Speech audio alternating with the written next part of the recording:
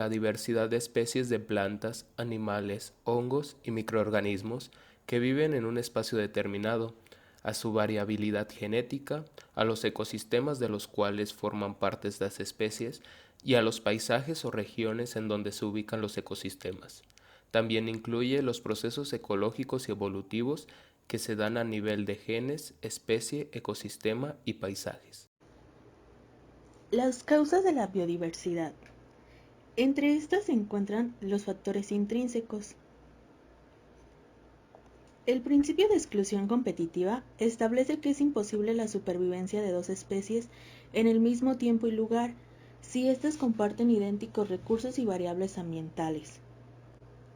Todos los estudios teóricos y experimentales sugieren que la competencia entre dos especies por el mismo recurso da lugar a la extinción de una de ellas, pero la coexistencia también es posible si el ambiente es heterogéneo, si existe dispersión, si las especies se encuentran agregadas espacialmente, si se considera el papel de los depredadores o bien si se produce un desplazamiento de caracteres en alguna dimensión del nicho. Surge así el concepto de similitud limitante. Existe un límite en el número de especies que pueden coexistir. De acuerdo con este principio, es posible que la diversidad aumente si 1.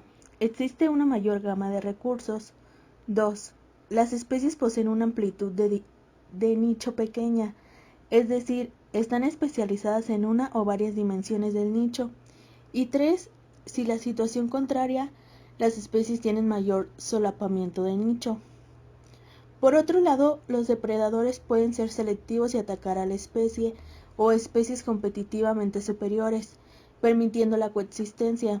También pueden ejercer este efecto si depredan sobre las presas más abundantes en cada momento. La depredación puede permitir un grado mayor de solapamiento de nicho entre especies competitivas, al disminuir las densidades de población y por tanto aumentar la capacidad de carga del medio. No obstante, la depredación puede acabar con la presa y persiguientemente con el recurso del propio depredador. La sucesión es otro factor generador de diversidad. Es el proceso temporal por el cual se modifica la composición y las relaciones de abundancia entre las especies de una comunidad. Es un proceso típicamente descrito en comunidades vegetales. En este caso, las especies pioneras, es decir, las primeras en aparecer, modifican y promueven una mayor heterogeneidad en el medio de modo que crean nuevos recursos para el asentamiento de otras especies, incrementando la diversidad. Factores extrínsecos. Cuando hay poco alimento disponible, solo las especies selectivas pueden sobrevivir. Por el contrario, cuando abundan los recursos, encontramos muchas especies exigentes que están especializadas en el consumo de un tipo particular de alimento. De este modo, los ecosistemas que tienen mayor producción de recursos deberían tener mayor cantidad de especies. Las evidencias, sin embargo, no son concluyentes. Los ecólogos han constatado en numerosas ocasiones que los ambientes muy productivos tienen pocas especies. Las tierras, los lagos o los ríos, sometidos a una intensa fertilización, aumentan su producción, pero disminuyen su diversidad. No hay respuesta convincente todavía. En realidad, la relación entre productividad y biodiversidad es confusa. La mayor diversidad parece encontrarse en un umbral medio de productividad. Como un factor ligando a la productividad, debe considerarse la longitud de las cadenas tróficas. Ya se ha comentado anteriormente que la diversidad de una comunidad puede estar determinada por fuerzas estructuradoras diferenciales como la competencia y predación, según sea la longitud de la cadena trófica y el lugar que ocupa esta comunidad en dicha cadena trófica.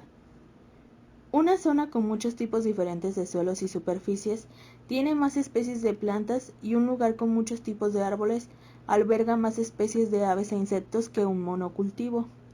Cuantas más hábitats distintas tenga un territorio, más especies diferentes puede albergar. ¿Qué nos aporta la biodiversidad? La biodiversidad nos aporta valores económicos directos, los cuales son los recursos generales que se pueden usar directamente o con los que se puede comerciar. Estos se dividen en dos grupos. Valores de uso consultivo. Son aquellos que se consumen a nivel local, como por ejemplo la leña, los frutos, la caza, las plantas medicinales, etc. Valores de uso productivo. Aquellos que se consumen con un mayor volumen y son gestionados por grandes organizaciones, dada la elevada cantidad de producto, como por ejemplo los aprovechamientos forestales.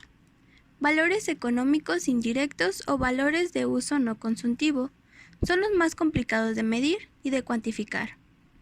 Otros. Mantenimiento de la producción de los ecosistemas. Sin la creación y mantenimiento de la vida en ellos, no se puede sustentar la cadena alimentaria de la que nos beneficiamos todas las especies del planeta.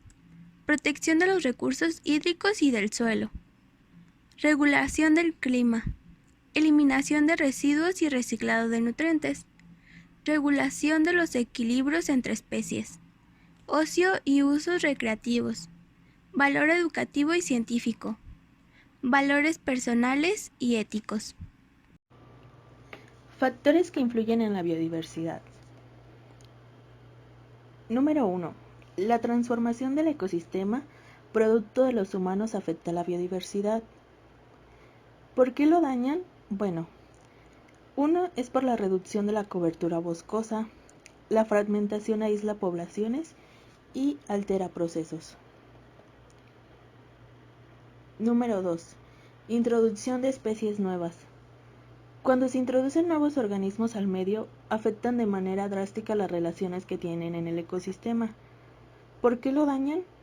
La introducción de especies supone uno de los mayores riesgos para la conservación de la fauna. Número 3. Sobreexplotación de ecosistemas. Existen límites a la cantidad de alteraciones que un ecosistema puede tolerar sin perder su capacidad productiva. ¿Por qué lo daña? Porque es la causa de una de las manifestaciones más evidentes de la sobreexplotación. 4. Contaminación. La contaminación es la presencia de sustancias en los ecosistemas. Lo daña porque son 3 de los medios que reciben los desechos de la civilización actual: el suelo, el aire y el agua. Ellos son usados como vertederos y son los que sufren las transformaciones más significativas. Número 5. Tráfico de flora y fauna. El tráfico de fauna y flora es una actividad que ha acompañado al hombre desde los inicios de la civilización. La mayoría de los animales y las plantas silvestres son utilizados con fines distintos: en la industria de la moda, para la elaboración de adornos, en la práctica de supersticiones, o para la medicina popular o como mascota. Número 6. Disminución de las especies. Es la falta de atención a otras especies en peligro de extinción. La supervivencia de los ecosistemas tales como bosques, arrecifes de coral o humedales depende de su biodiversidad. Número 7. Explotación de la frontera agrícola y pecuaria. Es el aprovechamiento de terrenos para la agricultura. Los casos de conflicto armado, porque los territorios antes manejados por comunidades pasan a manos de grandes propietarios, convirtiéndose en latifundios poco productivos. ¿Por qué preocupa la pérdida de biodiversidad? Los ecosistemas, cuyo funcionamiento depende de la biodiversidad, proporcionan recursos indispensables para la vida, por ejemplo los alimentos, el agua y el aire puro. Ofrecen protección contra catástrofes naturales y enfermedades, por ejemplo regulando el clima, inundaciones y plagas, y condicionan la cultura del hombre y sus creencias espirituales, además de esos servicios de aprovisionamiento, de regulación y culturales. Los ecosistemas también aseguran y mantienen los procesos fundamentales para la vida en el planeta, como la producción de biomasa o el ciclo de nutrientes, que son esenciales para el bienestar humano. La pérdida de biodiversidad perturba el funcionamiento del ecosistema, ya que los hace más vulnerables frente a las perturbaciones y merma su capacidad para proporcionar los servicios que la humanidad requiere. Las consecuencias más duras suelen recaer sobre la población rural pobre, cuya supervivencia depende directamente de los servicios ecosistémicos locales. ¿Qué factores contribuyen a la pérdida de biodiversidad? La pérdida y deterioro de los hábitats es la principal causa de pérdida de biodiversidad. Al transformar selvas, bosques, matorrales, pastizales, manglares, lagunas y arrecifes en campos agrícolas, ganaderos, granjas camaroneras, presas, carreteras y zonas urbanas, destruimos el hábitat de miles de especies. ¿Qué medidas se pueden adoptar para conservar la biodiversidad? Informar al conjunto de la sociedad sobre los beneficios que se derivan de la conservación de la biodiversidad y plantear abiertamente y con visión de conjunto las contrapartidas que surgen al favorecer unas opciones en detrimento de otras. Contribuye a optimizar los beneficios para la sociedad. Recuperar un ecosistema es, por lo general, mucho más costoso que proteger el ecosistema original. La biodiversidad debe tenerse en cuenta en la agricultura, la pesca, la silvicultura para lograr su conservación. Estos sectores dependen directamente de la biodiversidad e influyen directamente en esta. El sector privado puede contribuir de manera significativa, por ejemplo, incorporando determinadas prácticas agrícolas. Muchas empresas muestran en la actualidad una mayor responsabilidad corporativa y preparan sus propios planes de actuación en materia de biodiversidad. ¿Qué medidas se pueden adoptar para conservar la biodiversidad? Informar al conjunto de la sociedad sobre los beneficios que se derivan de la conservación de la biodiversidad y plantear abiertamente y con visión de conjunto las contrapartidas que surgen al favorecer unas opciones en detrimento de otras. Contribuye a optimizar los beneficios para la sociedad. Recuperar un ecosistema es, por lo general, mucho más costoso que proteger el ecosistema original. La biodiversidad debe tenerse en cuenta en la agricultura, la pesca, la silvicultura para lograr su conservación. Estos sectores dependen directamente de la biodiversidad e influyen directamente en esta. El sector privado puede contribuir de manera significativa, por ejemplo, incorporando determinadas prácticas agrícolas. Muchas empresas muestran en la actualidad una mayor responsabilidad corporativa y preparan sus propios planes de actuación en materia de biodiversidad. Taxonomía. ¿Qué es la taxonomía? Es una subdisciplina de la biología sistemática que estudia las relaciones de parentesco entre los seres vivos y su historia evolutiva. Actúa después de haberse resultado el árbol filogenético de los organismos estudiados. Pero, ¿cuáles son sus objetivos? La taxonomía tiene como fin organizar el árbol filogenético en un sistema de clasificación. Para ello, la escuela cladística convierte a los clados en taxones.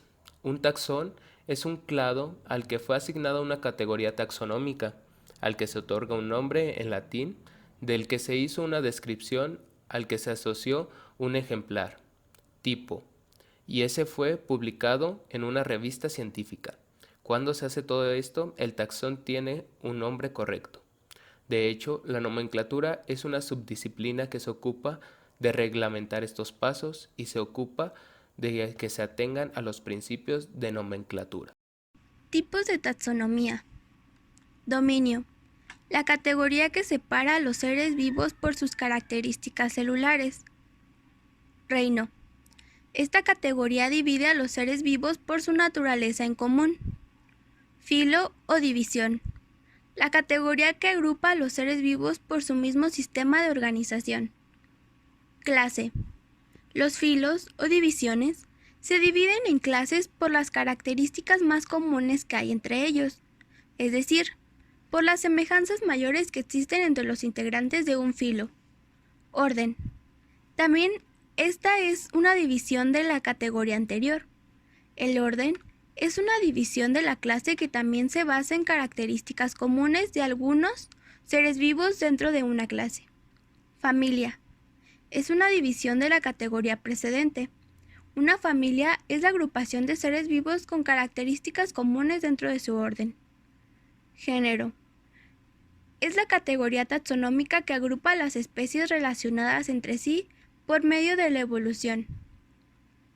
Especie. Es la categoría básica.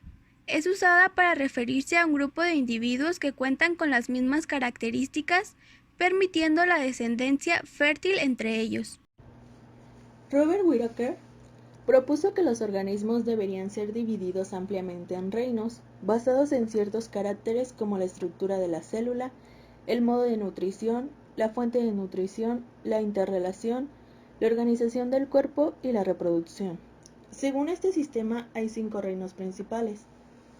Los reinos se dividen en subgrupos en varios niveles, los cuales son reino, filo o división, clase, orden, familia, género y especie.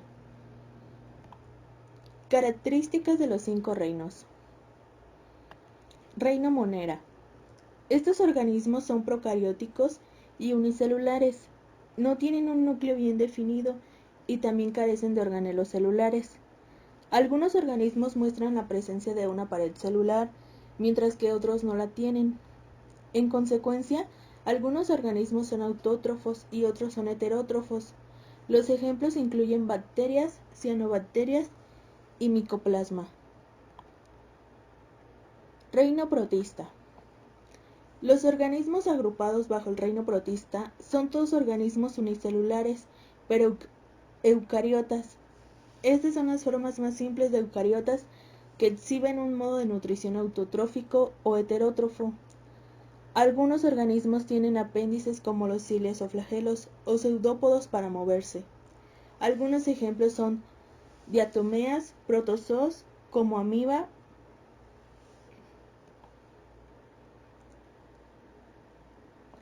Reino fungi. Los organismos heterótrofos, multicelulares y eucariotas se agrupan bajo el reino fungi. Su modo de alimentación es saprotrófica, ya que utilizan materia orgánica en descomposición como alimento. Tienen paredes celulares que están compuestas de una sustancia llamada quitina. Los hongos también forman una asociación simbiótica con algunas algas verde azuladas. Levaduras, hongos, Aspergillus son ejemplos de hongos. Reino Plantae. Se trata de organismos eucariotas multicelulares con una pared celular compuesta de celulosa. Son autotróficos y sintetizan su propio alimento a través del proceso de fotosíntesis. Este reino incluye todas las plantas. Basado en la diferenciación corporal y la presencia o ausencia de tejido muscular especializado, el reino Plantae se divide en diferentes divisiones, es decir, talófito, briófitas, gimnospermas y angiospermas. Ejemplos son helechos, pinos, musgos, entre otros.